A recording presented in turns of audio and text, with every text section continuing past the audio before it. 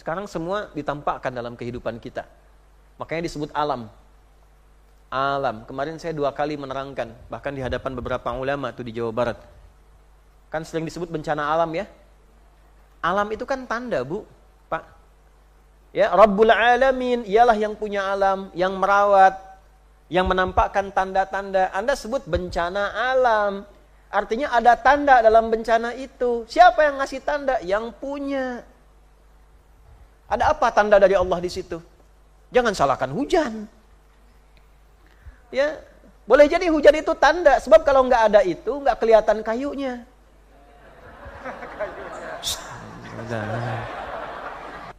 Anda bayangkan, dalam keadaan perang, catat kalimat ini ya. Dalam keadaan perang sedahsyat itu pun tidak boleh merusak tanaman, mencabut pepohonan sembarangan. Maka bagaimana dalam keadaan yang damai, tidak ada perang, orang menebang hutan dan pepohonan?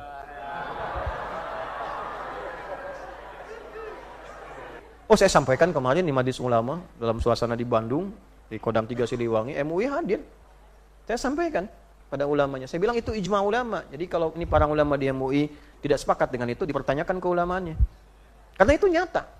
Nah, sekarang kesadaran itu perlu dimunculkan. Itu mesti sadar. Itu dosa besar, itu dosa besar. Bukan untuk dikutip Anda pasang status, bukan. Disadari. Sadar nggak? Gitu. Kalau tidak sadar pada yang besar, maka yang kecil pasti diabaikan. Gitu. Jadi kalau gunung, pohon-pohon, dengar adzan, nggak tasbih, nggak takbir, itu hancur itu seketika. Itu banyak ayatnya di Quran. Ya, hancur seketika. Mereka bertasbih semua dengan cara yang tidak kita ketahui. Makanya dilarang mengganggu tanpa alasan yang dibenarkan. Makanya tumbuhan, hewan, itu fungsinya Allah berikan jelas. Ada hewan untuk dimakan, ada. Caranya diatur supaya Allah ridha dengan fungsi itu. Ayam, ya ada bagian ayam yang memang untuk dipotong, dimasak, dimakan. Cara motongnya diatur dengan nama Allah yang telah menyajikan itu untuk kebutuhan kita. Sebut namanya. Bismillah, ya Allahu Akbar. Ayam dalam kokoknya bertasbih. Kita potong tasbihnya ayam untuk kebutuhan pribadi kita. Minta izin dulu sama yang punya. Sapi demikian. Makanya kita katakan Bismillah, ya Allahu Akbar. Sapi bertasbih, kita potong. Cara tasbihnya, minta izin pada yang punya supaya diridhai. Makanan jadi berkah. Daging itulah yang membuat kita kuat ibadah. Itu. Ada hewan yang fungsinya untuk keindahan supaya saat ditatap, Masya Allah. Ada yang begitu. Contoh misalnya burung cendrawasih. Ada misalnya sate cendrawasih. Oh, ya begitu Anda potong, Anda upload, itu semesta pasti akan mengutuk Anda. Sealam bumi itu. Kenapa? Karena fungsinya diciptakan bukan untuk itu. Itu untuk keindahan supaya Anda kenal Allah. Sebut Masya Allah. Tumbuhan juga begitu. Gak boleh potong sembarangan. Kebun yang pohon-pohon besar, hutan itu ada 16 ayat dalam Al-Quran bicara tentang itu. Ada namanya yang senang ngaji kitab Al-Munziri, punya kitab At-Targhib wa Tarhib. Di halaman 300 itu beliau mengeluarkan 12 catatan tentang keutamaan menanam dan merawat tumbuhan, pohon-pohonan sampai jadi kebun. Ya. Ada hadis dari Anas bin Malik, Mu'adz bin Jabal, Mu'adz bin Anas, ada diturunkan, Ibnu Umar, semuanya. Salah satu hadisnya begini, ya. Dari Nabi SAW, kala beliau bersabda, saya langsung angkat ke Nabi, sana dia, perhatikan kalimatnya. Man nasaba syajaratan. Siapa yang nanam pohon dengan kokoh, dengan kuat. Wal qiyamu ala hifdhiha. Dan merawat itu dari sejak tumbuh benih, merawat terus sampai ujungnya. Kana lahu ajrun jariyan man tafa'a bihi ila yaumil qiyamah. Dari mulai tumbuhnya saja, ini belum dikonsumsi nih, tumbuh, walaupun dia wafat, itu tetap tercatat sebagai pahala jariah yang mengalir pada dirinya sampai hari kiamat, dan sepanjang pohon itu dimanfaatkan dalam kehidupan manusia. Anda nanam pohon nih, di tempat-tempat gersang, air ketahan dari situ, tidak mengalir jadi banjir dan sebagainya, tahan, karena Anda itu sampai hari kiamat Anda dapat pahalanya. Tiba-tiba dimakan oleh burung buahnya. Tiba-tiba ada ulat makan. Setiap yang dimakan oleh hewan itu dicatatkan pahala untuk Anda. Tiba-tiba ada manusia konsumsi. Dikonsumsi manusia, ada pahala untuk Anda. Fungsinya banyak. Ada buah yang dimakan. Ada tumbuhan untuk jaga keseimbangan alam. Ada yang dilihat keindahannya. Bunga-bunga indah kan dilihat kan? Lihat semuanya apa? Tanda dari Allah. Makanya turun hukum. Tidak boleh merusak tanaman. Tidak boleh menebang sembarangan. Ya? Tahu surat At-Taubah? Kalau nggak tahu berarti nggak pernah ngaji ini. Tahu surat At-Taubah? Surat keberapa? 9. Pertanyaannya bukan itu. Pertanyaannya, sebutkan satu-satunya surat dalam Al-Quran yang tidak diawali dengan Bismillahirrahmanirrahim. Iya, kan tadi udah saya bilang dari awal kan kuncinya. At-Taubah ya. Pertanyaannya kenapa? Karena At-Taubah itu turun sebagai izin dari Allah untuk membela diri saat diserang secara militer. Diterjemahkan bahasa bebas, izin perang. Nah, itu masih ambigu kalimatnya. Apa yang dimaksud izin perang? Izin membela diri, bela negara, bela bangsa, bela agama saat ada serangan. Itu izin. Bela, sebab kalau negaranya kena, negaranya terjajah, ibadahnya juga jadi tersekat. Sulit sholat lagi nanti. Sulit ngaji lagi. Makanya otomatis keluar. Negara yang punya orang Islam banyak di dalamnya, senang. Karena nggak usah ada doktrin bela negara, sudah otomatis pasti bela. Karena ayatnya sudah turun. Tapi dalam dahsyatnya peperangan, tidak ada Bismillahirrahmanirrahim. Langsung turun. Bara'atum minallah. Izin turun dari Allah. Jika tempatmu diserang, jika tempatmu dijajah, keluarlah untuk bela itu. Supaya agamamu hidup. Niatkan karena Allah subhanahu wa ta'ala. Ya? Tapi menariknya, kenapa tidak ada Bismillahirrahmanirrahim? Karena peperangan itu peristiwa dahsyat yang tidak mengandung kasih sayang. Dalam Bismillah ada Ar-Rahman, ada puncak kasih dan puncak Dalam perang tidak ada kasih, tak ada sayang. Saya baca dan lihat sejarah, belum pernah menemukan ada peperangan dengan kasih sayang. Izin nembak ya, duh. Sakit ya, maaf ya. Gak ada. Perang ya perang. Tapi tolong cari dalam agama manapun, kaidah manapun. Di mana ditemukan kaidah dalam peperangan tidak boleh merusak tumbuhan. Tidak boleh mencabut sembarangan pepohonan. Hanya di Islam. Anda bayangkan, dalam keadaan perang, catat kalimat ini ya. Dalam keadaan perang sedahsyat itu pun tidak boleh merusak tanaman, mencabut pepohonan sembarangan. Maka bagaimana dalam keadaan yang damai, tidak ada perang, orang menebang hutan dan pepohonan?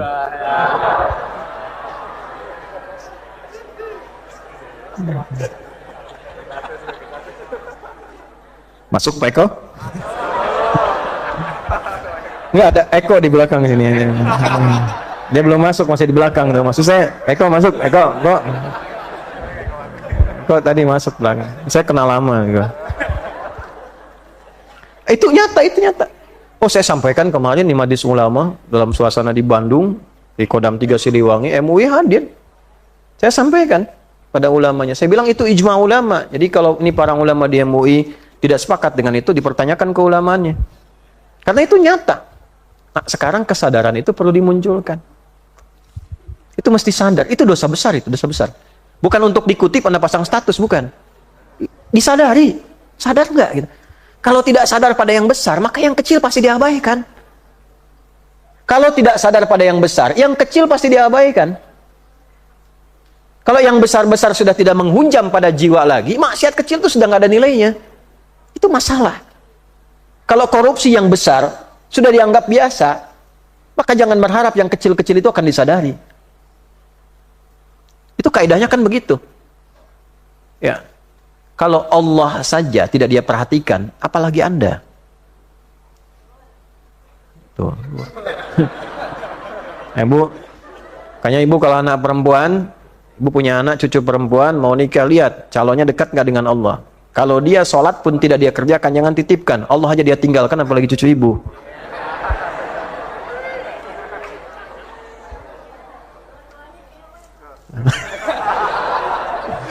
Saya udah punya istri, Bu, ya. Nah, lanjut. Sayangnya live ini, live.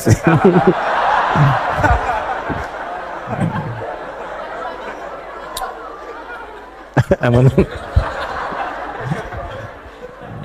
Udah, ayo lanjut. Sudah waktu ya? Tiada. Banyak. Aduh, alhamdulillah.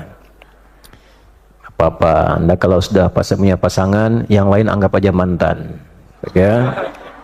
Jika Anda tak mampu menjadi pasangan yang dipertahankan, setidaknya jadilah mantan yang dibanggakan.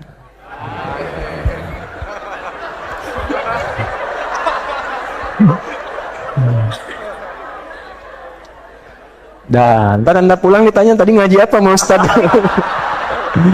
Aduh, at-takbir. Bismillah, lanjut ayat 6. Ini fase dunia nih. Dunia ya begini, dunia udah tertawa, udah macam. Nabi dulu dengan sahabat demikian tertawa, tapi nggak mematikan hati. 165 hadisnya. Kurang lebih 106, ada yang menghitung 165 hadis candanya Nabi dengan sahabat-sahabatnya. Sampai ada canda yang kelihatan gigi bagian gerahamnya. Saking topiknya itu menyenangkan, lucu, tapi ada hikmah di balik itu. Ada hikmah. Terutama ketika ketemu sahabat-sahabat yang unik. Ya. Siapa di antaranya? Maiman. Jadi setiap masanya selalu ada. Setiap masa selalu ada. 6. Wa idzal biharu sujjirat. Apabila samudra lautan itu sudah dipanaskan lalu meluap. Jadi yang memahami dua. Ada yang muliat, ada yang masjur. Ya. Muliat itu dipanaskan, panas. Ya, karena di antara laut itu juga ada unsur yang membuat ya itu bisa keluarnya api. Ya, tanda-tanda ada minyak dan sebagainya. Nanti itu api semua keluar. Itu di surat At-Tur. Ya. Wat-tur. Terus wa kitabim mastur fi raqqim mansyur. Terus wal baitil ma'mur. Terus was-saqfil marfu' wal bahril masjur. Ada lautan yang mengandung api. Nanti tiba kiamat lautan jadi api semua. Yang kedua ada maknanya diluapkan. Bukan tsunami biasa yang mengalir sebagiannya, tsunami utuh selaut-lautnya keluar. Kalau digabungkan dua makna tadi, muliat dan masjur, artinya dipanaskan dulu, lalu diluapkan keseluruhannya dalam keadaan panas. Habis. Maka yang cari ikan, mancing mania, yang suka berlayar, hari kiamat selesai semua. Yang suka mancing, ingat Allah nggak saat mancing? Kita jangan ninggalin sholat bahkan. Nah itu bahayanya. Gak dikasih gratis. Yang paling indah tuh ditampakkan. Saya tuh bingung kadang-kadang ya. Udah Allah tampakkan fenomena laut yang gak biasa. Masih belum ingat Allah juga. Ya. Masih. Bahkan sekedar nyebut Masya Allah pun gak bisa. Wih paus gede banget. Foto gini kan. Langka nih kejadian. Untuk itu apa yang dilatih di lisannya. Sampai nyebut nama Allah pun gak bisa. Padahal itu fitrah loh. Nama Allah itu fitrah. Fitrah. Ibu tiba-tiba mendungkan keluar. Ya, gelap gitu. Pas ibu keluar rumah gelap ngelihat. Apa yang ibu sebut? Ya Allah. Ya, bapak mau berangkat nih macet panjang. Apa yang disebut? Fitrah, ya Allah. Nah, itu bisa nggak keluar. Saya pernah lihat satu tayangan di YouTube, menarik tuh. Di satu agama lain, di dalam tempat ibadahnya. Ya, sedang khotbah itu tokoh agamanya tiba-tiba gempa. Ya, itu jamaahnya refleks mengatakan Allahu Akbar. Allahu Akbar. Kebayang ya? Coba khotbah berapa jam dilipat dalam 2 detik. Allahu Akbar gitu. Itu fitrah. Susah ketemu itu. Ya, susah gitu. Nah, ini gambaran-gambaran mumpung lautan masih ada 2/3 dari alam kurang lebih, itu ya keindahannya yang kadang-kadang main. Sebab nanti ada ayat-ayat laut di dalam Al-Quran dilekatkannya di ujungnya dengan ingat Allah. Bahkan dibuka dengan ayat. Misal Al-Baqarah 164 itu ayat laut pertama di Quran disambungkan dengan alam. Inna fi khalqis samawati wal ardi wa ikhtilafil laili wan nahari Nah, wal fulkil lati tajri fil bahr bima yanfa'un nas. Sungguh ada tanda-tanda yang seharusnya membuat Anda semakin dekat kepada Allah. Dari mulai pengamatan penciptaan langit dan bumi, pergantian siang malam ingat Allah, dan bagi Anda yang sering beraktivitas di lautan, melihat kapal-kapal berlayar, kok bisa berlayar diizinkan itu? Siapa yang mengizinkan? Bukan hanya ada hukum Archimedes di situ. Bisa ngambang, bisa macam-macam. Kalau Allah berkehendak jatuh juga. Maksudnya tauhidnya muncul karena ilmu kan melekat dengan iman, namanya tauhid ilmu. Tetap sains menjelaskan secara saintifik, menjelaskan tetap. Tapi pada ujungnya ingat kita kepada Allah yang telah memberi ilmu itu. Itu lihat ikan beragam warna, terus nyelam ke bawah, kok bisa dua aliran nggak ketemu? Ini bisa asin, ini bisa tawar, kok bisa nggak ketemu tuh? Arusnya nggak nyatu, ikannya pun balik lagi. Terus menariknya, ditemukannya di Quran lagi ada itu keterangan. Kalau baca Quran menemukan itu belum beriman, dengan cara apa lagi diberikan tanda itu? Apa perlu nunggu airnya diluapkan keluar? Semua. Terus dipanasin dulu. Nah, kejadian kecilnya, kalau ada air laut keluar, tumpah ke daratan. Tsunami kah itu bahasanya? Atau yang main-main ke pantai, tiba-tiba ombak datang, kalau sudah sampai ke tepian belum ingat, sampai masuk ke daerah belum ingat, melipat keseluruhan belum ingat, dengan cara apa lagi diingatkan? Allah sayang yang tenggelam jadinya syahid. Kenapa syahid? Syahid itu kan syahadat, menyaksikan. Karena dia menyaksikan kekuasaan Allah, statusnya syahid. Syahidus sama, syahid fis sama. Ditetapkan di langit statusnya syahid. Walaupun meninggalnya bahasa manusia, ada yang tenggelam, tapi syahid. Sepanjang iman dia bawa pada dirinya syahid. Karena dia mendapati, menjadi bagian takdir, mendapati kuasa Allah untuk mengingatkan manusia yang lainnya yang masih berkehidupan. Bahasa kitanya korban. Sumatera sekian korbannya, ratus orang mereka syuhada, syahid, menyaksikan bagian dari kekuasaan Allah untuk menjadi tanda bagi kita dengan hilangnya nyawa mereka berdasarkan ajal yang telah tiba. Statusnya syuhada, sepanjang iman ada pada diri mereka. Pertanyaannya, yang hidup bagaimana sekarang? Bisa baca itu enggak? Gitu ya? Nah, ini tanda dunia, inilah 6. Jadi yang pertama tanda siang, matahari. 2 tanda malam, ada apa? Bintang. 3, maaf sekali, hobi, rekreasi, ada yang ke gunung, ada yang ke laut kan? Ada tanda juga di situ. Semua hobi hilang, semua kenikmatan hilang, siang dan malam hilang, sudah nggak ada tandanya lagi. Kemudian juga semua aset yang terbaik hilang. Itulah tandanya, kehidupan kita pun hilang. Tapi jangan sampai harapan kita pada saat itu hilang. Oleh karena itu, sebelum itu terjadi, siapkan. Ini tanda dunia. Saya punya waktu 5 menit untuk meneruskan tanda akhirat. 6 ayat lagi, saya percepat. 7-14 itu tanda akhirat. 6 peristiwa dunia, 6 peristiwa akhirat. Jadi saya simpulkan dulu ya. Poin untuk tanda dunianya, jadikanlah semua yang terkait dengan kehidupan dunia kita sebagai alat untuk mengenalkan kita pada Allah. Itu poin utamanya. Jelas? Halo, jelas? Baik. Yang kedua, 7-14 supaya kita selesaikan dulu ya. Wa idzan nufusu zuwijat. Wa idzan nufusu zuwijat. Dan apabila roh-roh jiwa-jiwa itu dipersatukan kembali. Kiamat terjadi, meninggal semua kan? Ya kan? Kiamat besar ya, habis semua. Setelah itu ada kebangkitan kan? Kita sudah pelajari sebelumnya surat Abasa, ya kan? Sudah kebangkitan terjadi. Saat kebangkitan itu, apakah langsung ada surga neraka? Tahu dari mana?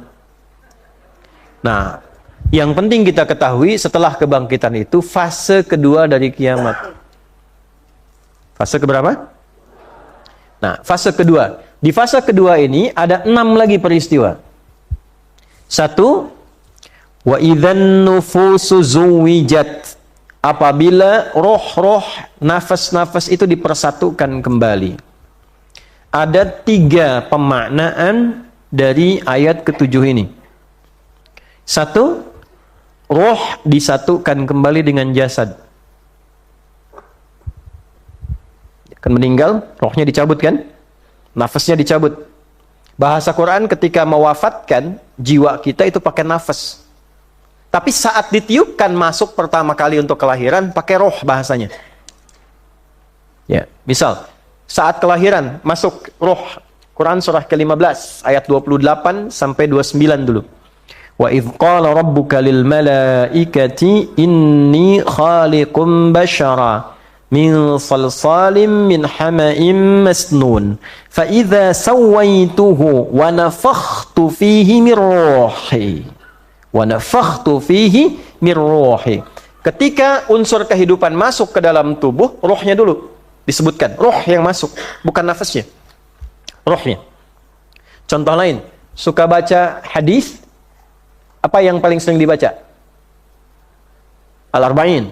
Arba'in, lihat yang keempat, hadis keempat dari Abdullah bin Mas'ud. Ya, qala haddatsana Abi Abdurrahman, ya Abdullah bin Mas'ud radhiyallahu taala anhu qala an-nabiy sallallahu alaihi wasallam huwa sadiqul masduq inna ahadakum yujma'u fi batni ummihi 40 yawman nutfah thumma yaqulu mithla dhalika 'alaqah thumma yaqulu mithla dhalika mudghah. Nah, perhatikan kalimatnya setelah ini. Thumma yursalu ilaihi al-malak, ya, thumma yursalu ilaihi al-malak wa yanfukhu fihi ruh wa yu'maru bi katbi 40. Sungguh setiap kita anak cucu Adam, selain Adam ya, karena Adam langsung dibentuk, Hawa langsung dibentuk. Setiap anak cucu Adam yang terlahir mengalami proses. Yang pertama dibentuk di rahim ibundanya dulu. 40 hari pertama berbentuk nutfah. Percampuran antara spermatozoa dengan ovum membentuk proses. Thumma yakunu mithla dzalika 'alaqah, lalu berbentuk zigot yang mulai menempel di dinding rahim, mulai. 40 hari ketiga berbentuk mudghah, 120 hari, 4 bulan. Berbentuk daging keratan, mulai sudah ada bentuk. Jadi 4 bulan ada bentuknya. Tsumma yursalu ilaihil malak, usia 4 bulan itu diperintahkan oleh Allah pada malaikat khusus diutus datang. Fayanfukhu fihi ruh, tiupkan roh. Usia 4 bulan ada rohnya. Jadi 4 bulan itu sudah ada roh. Yang sedang mengandung 4 bulan rohnya sudah masuk. Nah, jadi saat ditiupkan, diperintahkan pada malaikat, tiupkan roh, roh masuk. Saat masuk itu roh. Tapi saat keluar dari tubuh disebutnya nafas. Prosesnya disebut kematian, maut.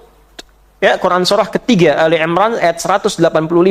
Kullu nafsin dha'iqatul maut. Nafsin bukan ruhin.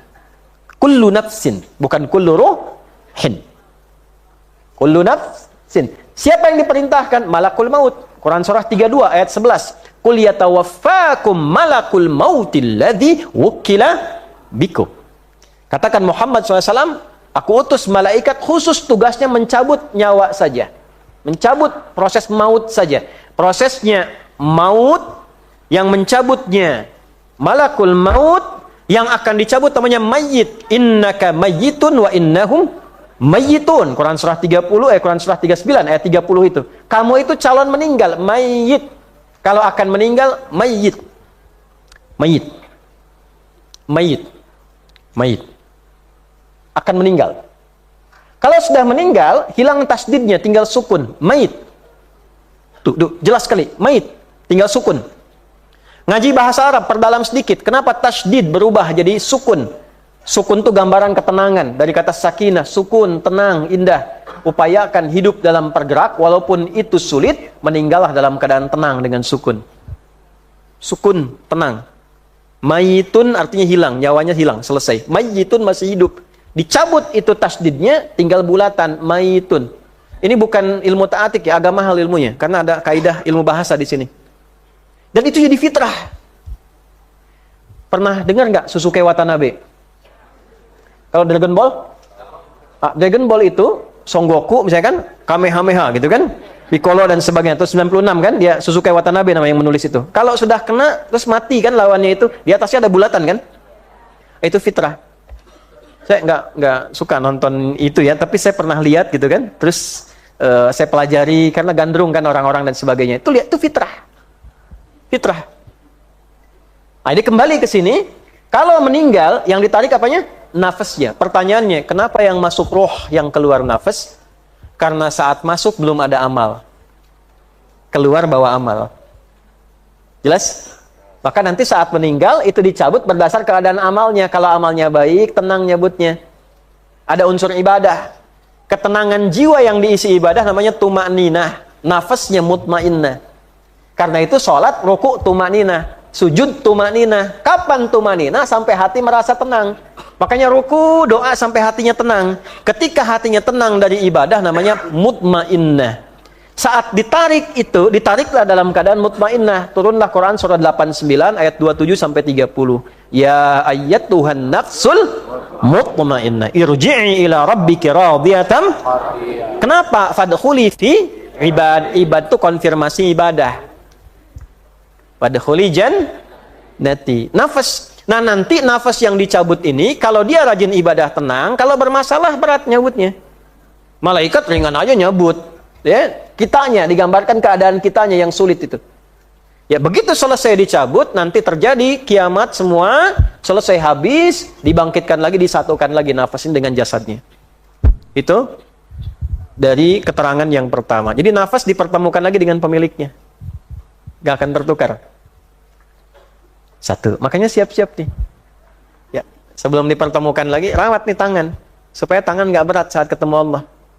Karena nanti tangan yang cerita, mulut kan nggak cerita lagi. Mulut udah banyak cerita di dunia, di akhirat tutup. Jangan cerita lagi, udah banyak dunia. Udah banyak. Tangan yang cerita nih. Kaki cerita, makanya kaki dijaga Pak. Jangan dilangkahkan ke tempat maksiat. Antum di kantor jangan ikut-ikutan kalau ada berangkat ke tempat-tempat maksiat yang nggak jelas. Mata jaga, fungsi ghadul basarnya jaga. Yang tak layak dipandang nggak usah dipandang. Supaya apa? Saat disatukan dengan nafas, tenang. Itu maksudnya. Tarik ke dunia. Jangan cuma dihafalin. Wa izan nufusu zuwijat. Udah tahu dipasangkan. Gak dijaga. Ya, Anda dapat pasangan. Terus pasangannya gak enak. Nyaman gak? Gak nyaman. Nafas juga begitu. Kalau tubuhnya berlaku maksiat, nafasnya protes. Jiwanya gak enak. Malas jiwa itu. Gak bebas saat keluar.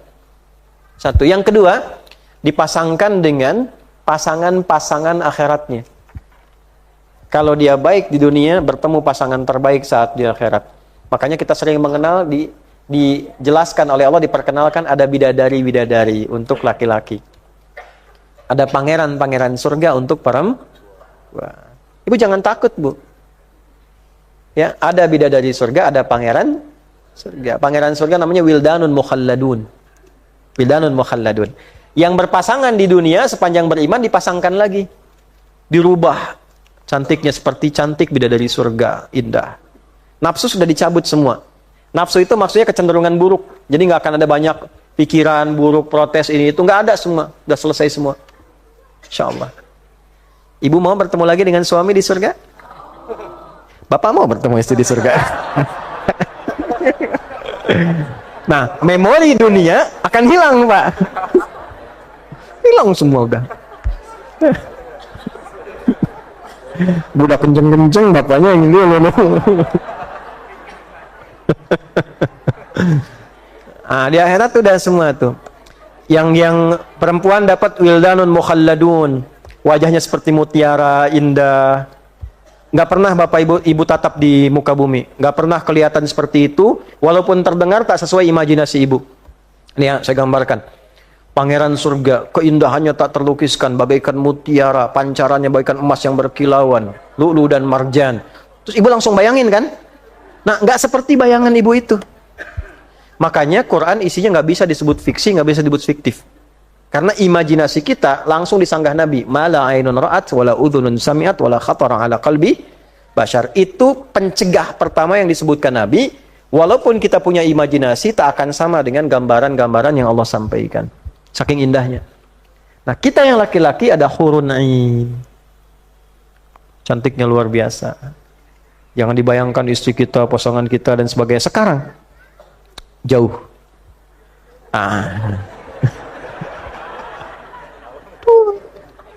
Ibu juga sama, jangan gambarkan suami ibu sekarang. Belakang ada yang sembilan jauh gitu.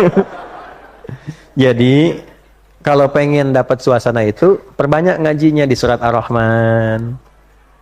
Ibu baca surat Al-Insan. Hal ata 'alal insani hinum minad dahri lam yakun syai'an adzkura. Aduh, yang sibuk, yang banyak aktivitas, yang dia jadi sosialita, kumpul-kumpul, macam-macam, ngobrol-ngobrol sampai nggak ingat Allah. Apa kalian dulu eksis? Pernah nggak tahu kalian tuh siapa? Dari nggak ada jadi ada, terus tiba-tiba ada. Pernah tahu nggak prosesnya? Diterangin sampai ujung-ujungnya kalau ke surga ini menemukan yang seperti ini. Wildanun mukhalladun, pelayan-pelayan, pangeran-pangeran surga, bawa gelas-gelas yang indah seperti mutiara, teko-teko yang indahnya luar biasa. Yang paling hebat, begitu kita ingat aja, ya langsung datang di hadapan kita. Terbayang sesuatu, celing ada, wa utubihi mutasyabiha, persis seperti yang digambarkan. Terus warna-warnanya sama, bisa sama, tapi rasanya bisa beda. Apel sekarang warnanya beda, ada apel hijau, apel merah, apel kuning kemerah-merahan dan sebagainya. Warnanya bisa nggak sama. Rasanya pun nggak sama. Di surga itu indahnya, semuanya kelihatan warnanya ada yang sama, tapi rasanya bisa beda-beda. Saya tuh pernah ngajak ngobrol pohon di pesantren. Lahannya dibeli wakaf. Semua pesantren kami wakaf, Bu, Pak. Kantor wakaf. Ya, teman-teman yang DKM pernah ke kantor kan dan sebagainya itu wakaf semua. Sekolah yang di Jalan Pramuka itu wakaf. Di pesantren itu semua. Itu kali setelah saat lahannya dibeli, jadikan wakaf, itu kan terkenal dulu buat wisata durian yang nggak jadi. Pohon durian banyak. Anehnya tumbuh tapi nggak berbuah. Terus lahan seberang juga sama, ada yang berbuah tapi hancur. Nah saya datang melihat diinformasikan, datang kita ke situ, pegang-pegang pohon lembut, hanya kata begini, Bu, Pak. Pohon kamu ini makhluk Allah, Masya Allah. Allah pilih hidupnya ada di sini, tanahnya sekarang sudah wakaf. Ibadah kamu itu berbuah. Karena di sini insya Allah nanti ada ahli Quran. Ada orang-orang yang ibadah menyembah Allah. Kamu bersama ya, kamu berbuah. Bismillah. Tahu nggak yang terjadi? Setelah itu disiram, pupuk biasa. Yang tadinya nggak berbuah, berapa hari kemudian tumbuh bunganya, berbuah dia. Sampai satu periode berbuah 3 pohon 600 buah. Ini kisah nyata. Anda boleh tanyakan sama orang yang ikut saya sama-sama waktu itu. 600 buah, itu rasa 1 ke 2, 2 ke 3, 3 ke 4, 4 ke 5 sampai ke ujungnya itu beda semua rasanya. Di situ saya ingat ayat tadi, Al-Baqarah 25. Wabasyiril ladzina amanu wa 'amilus solihati anna lahum jannatin tajri min tahtihal nahar kullama ruziqu minha min thamaratir rizqa qalu hadzal ladzi ruziqna min qabl wa utubihi mutasyabiha. Warnanya kelihatan sama tapi rasanya beda-beda. Maka kita nangis tuh, fa bi ayyi alai rabbikum tukadziban. Ya, sekarang lihat indah. Jadi menatap sesuatu merasakan kehadiran algoritma spiritual itu hidup. Melihat hewan-hewan. Ini nyata nggak nyata ya? Mohon maaf nih, bagi kami nyata. Dan saya yakin hewan bertasbih, tumbuhan bertasbih karena Allah sampaikan itu. Tapi bagaimana kalau setiap subuh kami zikir pada subuh, anak-anak tuh zikir pada subuh terus ngaji. Itu ada burung-burung kecil yang terhitung jumlahnya. Kalau habis subuh pas zikir datang dia, selesai zikir terbang lagi. Kalau satu kali kebetulan, tapi kalau tiap hari, bagaimana kita nggak ingat Allah? Itu rutin setiap subuh. Nanti siang mereka sudah bermakan kumpul lagi. Nanti sore ganti elang, menjelang maghrib ganti jangkrik dan seterusnya. Masya Allah, indah tuh. Ya, itu coba dirasakan ya semua segala hal kalau lihat sesuatu ingat Allah tuh luar biasa. Nah ini pasangan. Mana ketiga? Maaf ya, yang baik dulu ya. Tadi yang baik, jiwa orang beriman ditemukan dengan yang disiapkan oleh Allah yang baik-baik. Bidadari surga, pangeran surga. Yang buruk dipasangkan dengan, maaf, jiwa-jiwa syaitaniyah. Temannya saat di dunia. Walinya. Setan itu punya wali. Siapa? Pelaku maksiat. Ditemukan di mana? Al-Baqarah. Ayat berapa? 257. Allahu waliyyul ladzina amanu yukhrijuhum minadh-dhulumati ilan nur walladzina kafaru awliya'uhumut taghut yukhrijunahum minan nuri ila Zulumat. Taghut itu jama' bentuk jama' dari kata taghin. Perbuatannya tagha. Tagha pertama dilakukan oleh iblis, pasukannya disebut dengan syayatin. Nanti pasukan ini diketemukan lagi dengan partnernya saat di dunia. Jadi kalau dia menggoda diikuti jadi temannya, nggak tobat sampai meninggal dunia. Setelah kebangkitan kiamat terjadi, fase keduanya dipertemukan pasangan ini. Korupsi sampai meninggal, nggak pernah tobat, ditemukan dengan setan penggoda korupsinya. Penipu, perampok, pembunuh, pezina, nggak tobat, meninggal dalam maksiatnya, ditemukan dengan setan penggodanya. Dipertemukan langsung. Saat dipertemukan itu, dia langsung protes sama Allah tuh. Protes yang dimaksud tuh begini. Dia akan mengatakan, ya Allah, gara-gara dia nih aku berbuat maksiat. Ngaji di Al-Baqarah, coba buka. Dari ayat 165 sampai 167. Dalam perjalanan itu Anda akan temukan idz tabarra'a alladziina tubi'u minal ladziina ittaba'u wa ra'aw al'adzaba wa taqatta'at bihimul arham. Ada pasangan yang erat saat di dunia pelaku maksiat. Pasangan ini adalah setan dan mitranya, manusia dan partnernya. Dibisikin, diikutin, digoda, terus ditempeli. Suruh korupsi, diikutin. Suruh nipu, diikutin. Merampok, diikutin. Zina, diikutin. Pasangan ini disatukan saat di hari kiamat. Begitu disatukan dalam proses fase kedua kiamat, dibangkitkan, dipertemukan. Maka manusia yang merasa berbuat maksiat diprovokasi setan itu mengatakan, ya Allah, gara-gara dia nih aku berbuat seperti ini. Gara-gara dia ya Allah nih. Saya terputus dari dia ya Allah. Wa taqatta'at bihimul arham. Saya nggak mau ya Allah sama dia. Gara-gara dia nih. Anda tahu nggak jawaban setan di ayat lain? Enteng aja. Kamu kok nyalahin saya? Saya kan cuman goda, nggak maksa. Ngapain kamu ikut? Itu nyebelinnya luar biasa. Makanya daripada ada peristiwa itu, dari sekarang jauhin setan. Nggak usah diikutin. Karena nanti klaim dia begitu di akhirat. Saya kan nggak maksa, cuman goda. Godanya juga halus. Alladzi yuwaswisu fi sudur. Bisik masih kedengeran, Bu. Dia udah di sini saking halusnya tak terasa, langsung aja di jiwa tuh. Saya cuman goda, itu pun saya nggak maksa. Ngapain kamu ikut? Itu bahasa setan tuh yang ditampilkan. Nah, makanya di dunia kita jauhi pasangan-pasangan itu. Jadi satu dipasangkan dengan raga, yang kedua dipasangkan dengan tipikal amal. Kalau amal saleh dengan capaian akhiratnya nanti bidadari pangeran surga. Kalau amalnya salah dengan mitra keburukannya saat di dunia, yaitu jiwa-jiwa syaitaniyah. Jelas? Nah, yang ketiga ada tafsir yang riwayat sanadnya tersambung ke Sayyidina Umar bin Khattab radhiyallahu taala anhu. Ini kembali lagi ke dunia. Ini juga penting, bagus sekali. Maksud saya ini bagus. Yaitu, perhatikan ya, ruhun mujannadah, jiwa-jiwa itu bertemu dengan yang satu gelombang, satu frekuensi yang sama.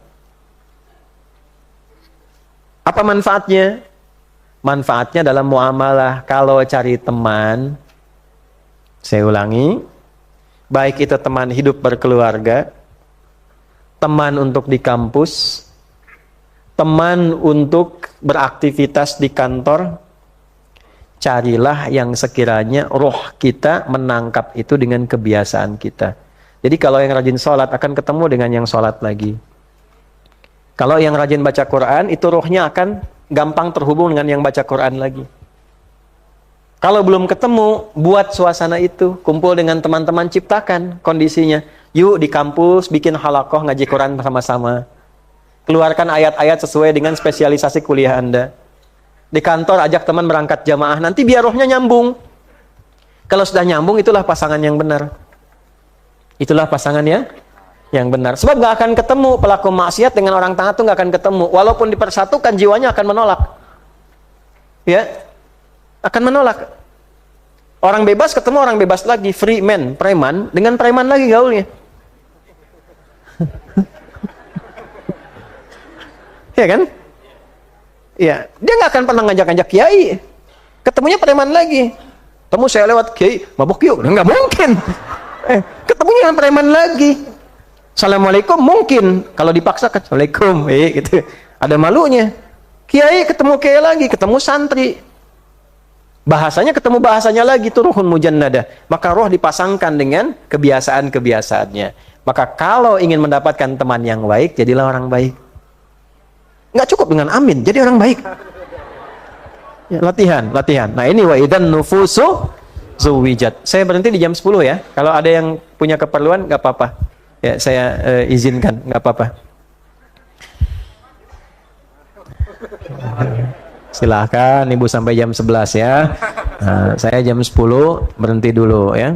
Kita tanya jawab dulu 15 menit kan ya. Ini saya tanya, Ibu jawab nanti. 8. Urutan kedua, fase kebangkitan. Wa idzal mau'udatu su'ilat, awas. Dan ketika bayi-bayi yang dikorbankan saat di dunia, mereka mengadu kepada Allah. Dulu, kebiasaan orang jahiliyah dulu, bahkan sebelumnya, kalau ada bayi perempuan itu lahir, itu langsung dieksekusi. Sebelumnya Ashabul Ukhdud, itu anak-anak dilempar, tanpa tahu dosanya apa. Di zaman jahiliyah dikubur langsung, tanpa tahu salahnya apa. Wa idza busyira ahaduhum bil untha dhalla wajhuhum muswadda wa huwa kadhim. Ayo mana Qurannya? Hafalin ya. Dan jika mereka diberi kabar gembira dengan kelahiran bayi perempuan, itu kan menggembirakan, ditunggu-tunggu kan, sesuai karakternya. Tapi mereka menganggap itu aib, langsung dikubur. Wajahnya sudah merasa nggak enak. Sampai Umar kan punya cerita yang sangat kelam di situ kan. Saking nggak ingin ibunya yang melahirkan anaknya itu dieksekusi, didandani laki-laki, disembunyikan. Dandani hampir-hampir terus gak ketahuan sampai latihan tumbuh agak sedikit aja menjelang usia 4 tahun, 5 tahun, tiba-tiba begitu mau ke toilet kelihatan langsung dikubur. Manggil-manggil sampai suaranya nggak ada. Ya. Dan hasuna islamuhu, masuk Islam, tobat, baik, kemudian jadi sahabat luar biasa, dikabari masuk surga dan sebagainya. Itulah logika Allah, itu nggak bisa kita bawa ke dalam bahasa kita. Ya. Jadi jangan membawa sifat Allah ke dalam sifat makhluk. Nggak sama Allah dengan makhluk. Ingat kaidahnya, laisa kamitslihi syai', nggak sama. Makhluk berpasangan, Allah tidak. Makhluk berketurunan, Allah Makhluk punya tempat, Allah tidak. Oke, jangan disamakan dengan makhluk. Karena tempat pun itu makhluk. Nah, nanti ngaji tauhidnya diperdalam, dalilnya banyak dan sebagainya. Teruskan. Nah, nanti ada satu masa tuh, bayi itu diberi kesempatan oleh Allah untuk membela diri. Ini tegang, makanya suasana tegang kedua. Setelah tegang di dunia, tegang lagi setelah bangkit. Wa idzal mau'udatu su'ilat, ketika bayi-bayi itu kemudian menyampaikan protesnya, ya Allah, salah apa saya dibunuh? Ibu kenal Firaun.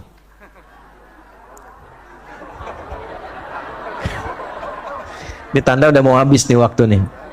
Ibu-ibu belakang ada yang kenal Firaun tuh. Buka Quran surat 2 Al-Baqarah ayat 49. Di antara kejamnya Firaun itu kalau lahir anak laki-laki eksekusi, anak perempuan boleh hidup. Wa idz najjaynakum min ali fir'aun yasumunakum su'al 'adzab yudhabbihuna abna'akum wa yastahyuna nisa'akum wa fi dzalikum bala'un min rabbikum 'adzim.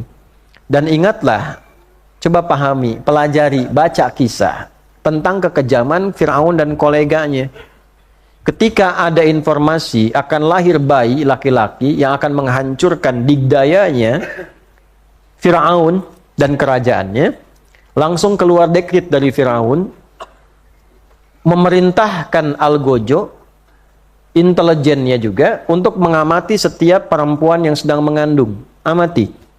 Kalau lahir laki-laki, langsung dirampas bayinya. Saat awal dilahirkan langsung rampas, kemudian dibanting ke tanah, lalu maaf sekali, ya diselesaikan. Sampai selesai, sampai meninggal. Kalau dzabaha nggak pakai tasydid, itu artinya sekali sembelihan. Fa idza dzabahtum fa ahsanu dzibah. Kalau Anda menyembelih hewan kurban, sempurnakan. Jadi jangan berkali-kali. Ya, pelajari supaya satu tarikan bisa selesai. Kalau berkali-kali pakai tasydid, dzabbaha yudzabbihu. Ini algojonya Firaun, saking kejinya, itu berkali-kali di hadapan ibunda yang baru melahirkannya. Laki-laki, perempuan hidup. Itu Firaun. Baik ya? Sefiraun-firaunnya Firaun. Catat nih.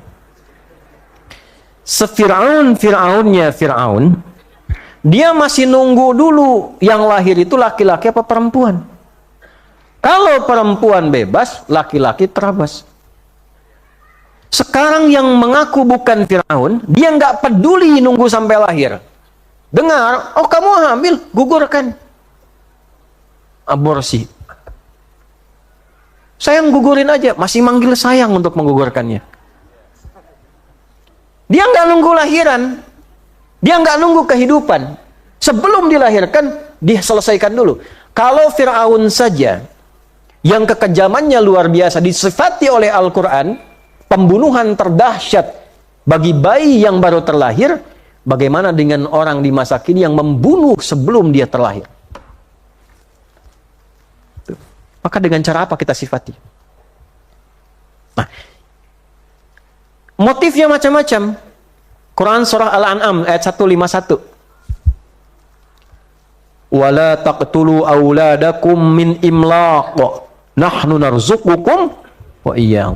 Janganlah karena motif ekonomi engkau menyimpulkan harus bunuh diri, sampai-sampai saking dahsyatnya caramu itu engkau mengajak anak-anakmu karena takut kelaparan, karena tekanan ekonomi. Kalau enggak disebutkan untuk siapa ayat itu turun, kapan kejadiannya, ini menunjukkan akan ada satu masa-masa di masa depan orang memutuskan mengakhiri hidupnya karena tekanan ekonomi dan dia mengajak anak-anaknya. Terjadi sekarang? Bahkan nulis surat. Saya ngajar di Bandung di linguistik pada program S3 di sosiolinguistik. Kajiannya namanya analisis wacana kritis, bahasa Inggrisnya CDA, Critical Discourse Analysis. Itu turunannya menganalisis huruf, kata, kalimat untuk mengungkap apa yang tersembunyi di balik itu. Jadi namanya wacana. Sama kayak Anda berpakaian begini, ada ilmunya membaca kenapa harus pakai itu. Apa yang tersembunyi dalam jiwanya sehingga menghadirkan itu. Itu menemukan surat ditulis oleh ibunya capek, E-nya sampai 13.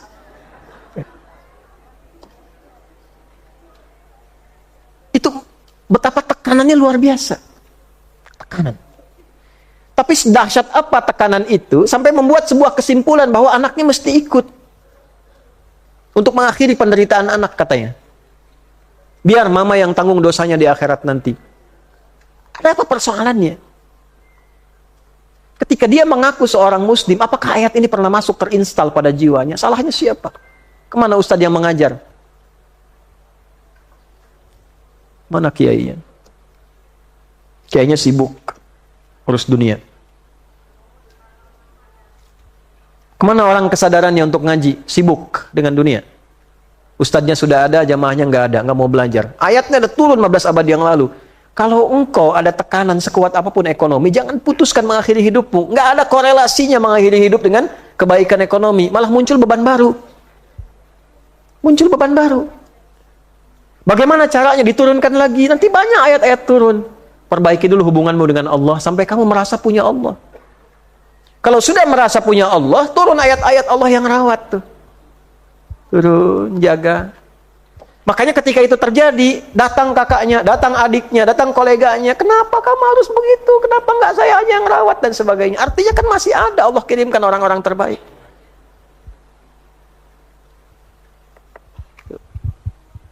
Nanti lebih besar lagi di mana fungsi institusi yang lebih besar sampai ke negara dan sebagainya. Kita punya undang-undangnya. Fakir miskin dan anak-anak terlantar dipelihara oleh negara. Makanya kita harus kompak, harmoni. Pengajian begini diperbanyak supaya membangun kesadaran, kekuatan spiritual. Nanti jiwa-jiwa itu tanya, Mama, jawab apa nih? Firaun aja mau ngebunuh, nunggu dulu sampai lahir. Kenapa engkau langsung eksekusi? Apa dosaku? Apa salahku? Engkau yang berbuat maksiat dengan pria itu, kenapa aku yang diakhiri? Jawab apa? Kok yang memulai, kenapa kok yang diakhiri? Katanya. Jawab apa? Oh sudah, semua nggak ada jawaban, selesai. Nah, itu baru yang dieksekusi. Nanti yang dirawat pun akan ditanya. Itu kalau anak-anak nggak sholat, dipanggil orang tuanya.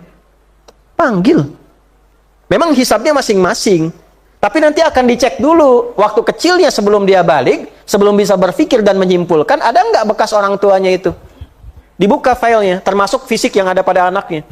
Sentuhan, ngajak sholat. Nah, dibangunin kan, ditepuk tuh. Pul, bangun dulu. Stephen, Michael, bangun sholat.